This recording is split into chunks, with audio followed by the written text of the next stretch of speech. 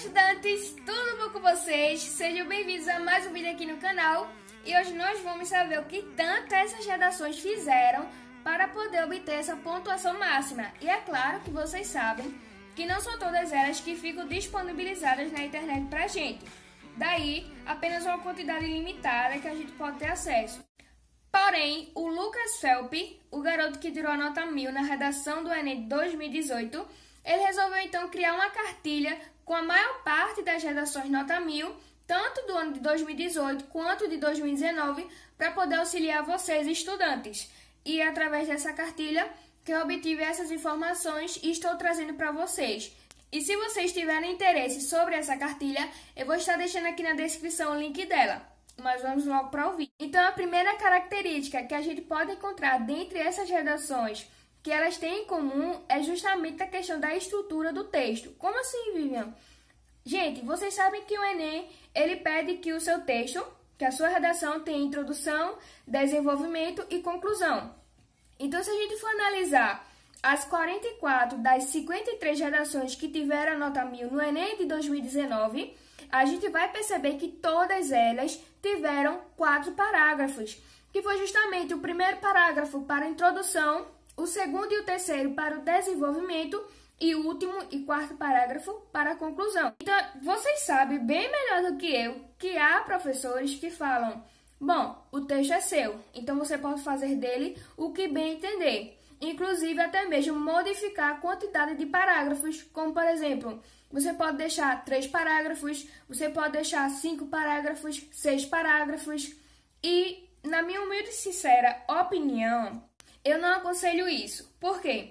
Veja bem, se você vai apresentar na sua introdução 2 teses, obviamente a gente sabe que para cada tese é necessário que você faça pelo menos 2 parágrafos de desenvolvimento. Porque aí você vai poder, por exemplo, no D1, você vai poder explicar, de uma maneira mais desenvolvida a sua tese e apresentar argumentos plausíveis que possam convencer o leitor do seu ponto de vista. Da mesma forma, você vai fazer no seu D2. Então, de certa forma, se você colocar 3 parágrafos de desenvolvimento, com certeza vai haver algum parágrafo de desenvolvimento em que você não vai conseguir desenvolver de uma maneira convincente para o seu leitor. Então, é muito bom e importante que você coloque apenas um desenvolvimento para cada tese. Se você vai colocar 2 teses, então você vai colocar 2 desenvolvimentos. E assim, você consegue seguir o exemplo desses participantes que tiveram a nota 1000. A segunda característica que eles têm em comum é que todas as redações, elas tiveram o uso dinâmico dos conectivos em todo o seu texto. Vive, o que é dinamismo?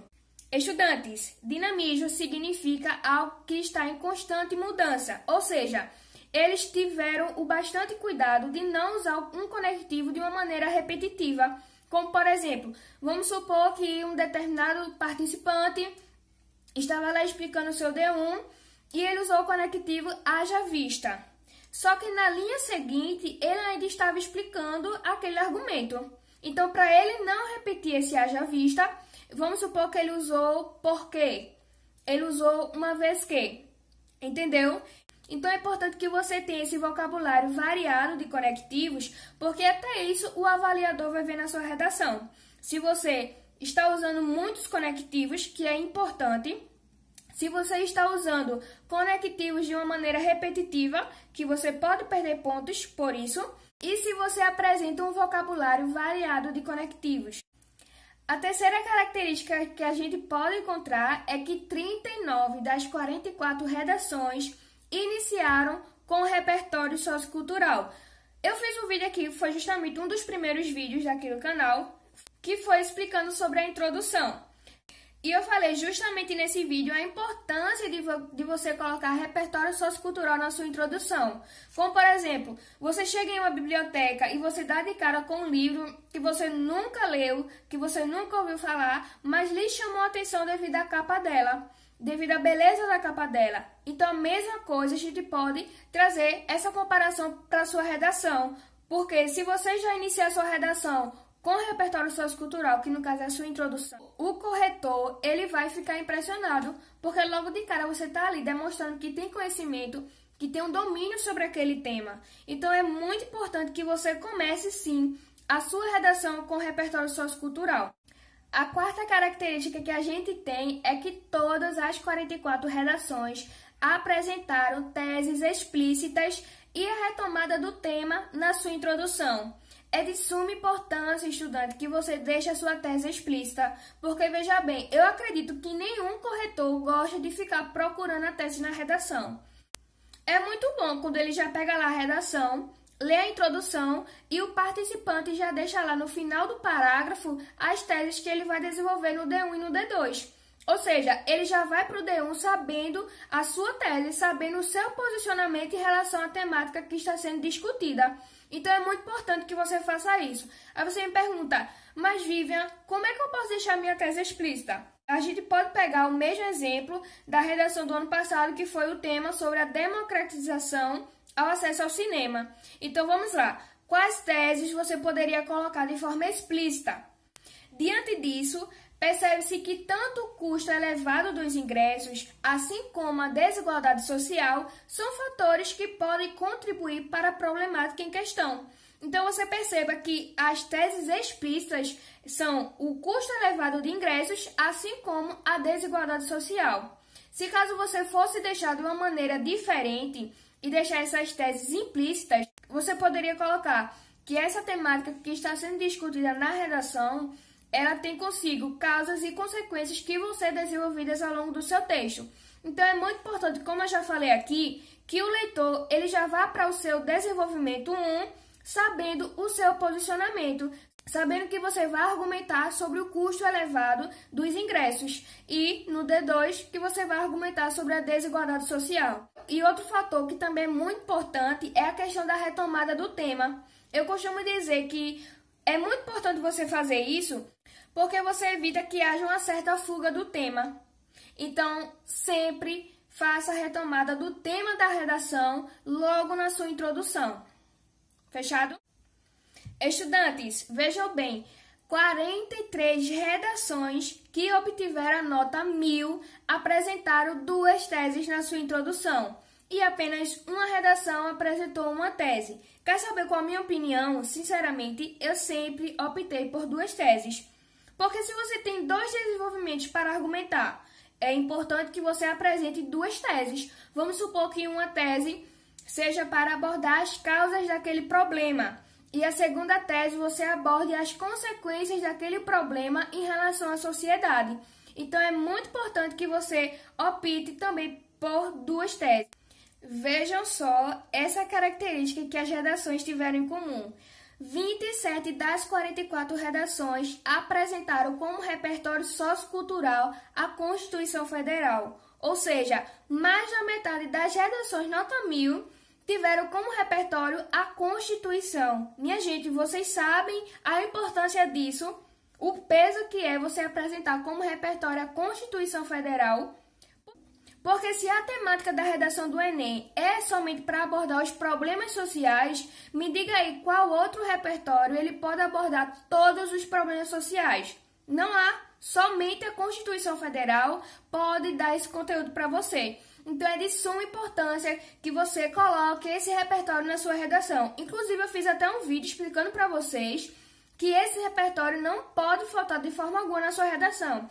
Eu vou deixar aqui no card. Se você ainda não viu, acessa ele porque o conteúdo dele está muito ótimo. Outra característica que parece ser um pouco óbvia, mas que muitos estudantes já chegaram para mim com dúvidas em relação a isso.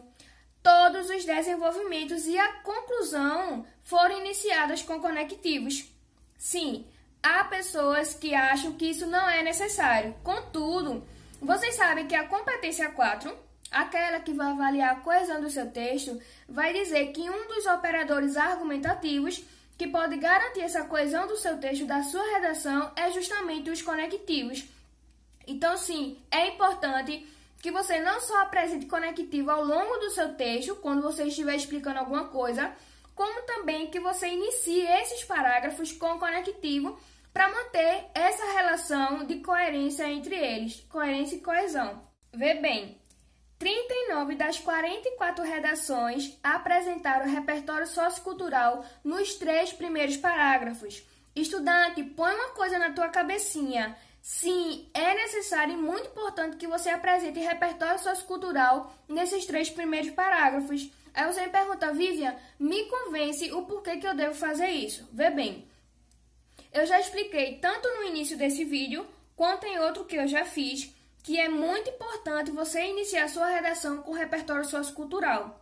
Se você não fizer isso, o leitor ele já pode imaginar que a sua redação não foi bem construída, que você não possui um certo conhecimento em relação à temática. Então, você já começar mitando na sua redação, logo de cara demonstrando ao seu leitor, ou melhor, ao seu corretor, que você possui sim um certo domínio sobre aquela temática, ele de certa forma já vai criar uma certa expectativa e vai corrigir, vai ficar mais empolgado para corrigir a sua redação. Então, vamos lá. Você concorda comigo que se no D1 você vai apresentar uma tese diferente da do D2, de certa forma você vai argumentar coisas diferentes, como o exemplo que eu dei. Vamos supor que no D1 você vai argumentar sobre os custos elevados do ingresso. Já no D2, você vai falar sobre a desigualdade social. São temáticas diferentes, mas que sim, devem estar interligadas para manter a coerência do texto. Mas que você vai falar de coisas diferentes. Se são temáticas diferentes, obviamente, você precisa demonstrar um certo domínio sobre as duas. Ou seja, você precisa demonstrar para o seu corretor que você possui conhecimento, que você tem uma certa bagagem sobre aquela temática, sobre aquela tese. Então, é imprescindível de que você coloque repertório sociocultural nos 3 primeiros parágrafos. Aí você me pergunta, Vivian, mas e a conclusão? Eu devo ou não devo colocar repertório sociocultural nela? Aí você vai saber agora o que esses participantes fizeram. 30 das 44 redações fizeram a retomada do repertório. Onde é que essa retomada é feita? Na sua conclusão.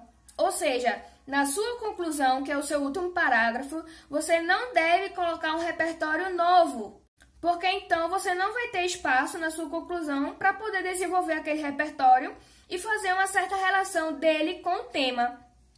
Mas o que você pode fazer é justamente a retomada do repertório que foi utilizado na sua introdução. Então, vamos supor que na sua introdução você falou sobre Black Mirror, a série televisiva Black Mirror. Então, na sua conclusão, quando você estiver desenvolvendo as suas ações com os seus agentes lá, você pode tanto fazer essa retomada no final do seu parágrafo, quanto no meio ou até mesmo no início da sua conclusão. Mas que é importante sim que você faça essa retomada. Não é somente especificamente do repertório, mas você pode fazer retomada das teses que você deixou explícita lá na sua introdução, e você também pode fazer retomada do tema, contanto que você faça essa retomada, que também é uma das coisas que a competência 4 pede para que o participante faça. Algo que é bastante óbvio é que sim, a sua conclusão ela deve estar detalhada. Todas as 44 redações apresentaram conclusões com ações bastante detalhadas. Claro, para poder garantir a nota máxima na competência 5, que é a que avalia a conclusão, é importante que você apresente o detalhamento de todas as suas ações. E a última coisa que essas redações apresentam em comum é que 20 das 44 apresentaram apenas um agente na sua conclusão. Ou seja, o participante, vamos supor que como o tema do ano passado foi sobre o cinema, muitos deles utilizaram o MEC, Ministério da Educação e Cultura, como agente. Então, vamos supor que 20 participantes apresentaram apenas o MEC como agente para solucionar toda a problemática desenvolvida ao longo do texto. Contudo, 24 das 44 redações apresentaram 2 agentes para resolver toda a problemática. E se você tiver segurança de que somente um agente vai ser o necessário para resolver todo o problema, ok, beleza, você pode colocar. Agora, se você não se sentir tão seguro assim, aí você coloque 2 agentes e tenha bastante cuidado de procurar detalhar todas essas ações para que assim consiga a nota máxima na competência 5. Bom, estudantes, esse foi o vídeo de hoje. Espero de verdade que eu tenha ajudado vocês, tenha tirado suas dúvidas. E se caso restou alguma dúvida, não esquece que pode conversar comigo aí nos comentários, porque eu vou ficar de olho em todos eles. Não esquece também de compartilhar esse vídeo com mais um amigo seu, para que o nosso time de estudantes ele cresça ainda mais. Deixe o seu like se esse vídeo foi importante para você. E também não esquece de se inscrever se você é novo por aqui. Até outro vídeo, estudante!